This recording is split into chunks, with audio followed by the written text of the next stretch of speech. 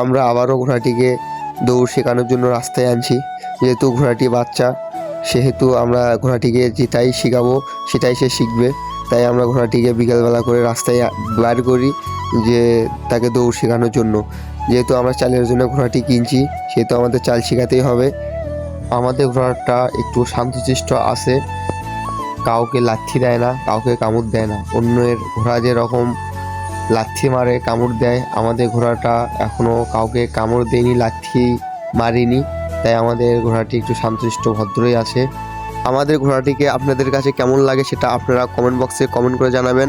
আর আমাদের ভিডিওটি আপনাদের কাছে কেমন লাগে সেটা আপনারা কমেন্ট বক্সে কমেন্ট করে জানাবেন। আর যদি আমাদের ভিডিওটি ভালো লেগে থাকে তাহলে অবশ্যই একটা লাইক, একটা শেয়ার, একটা সাবস্ক্রাইব করে দিবেন।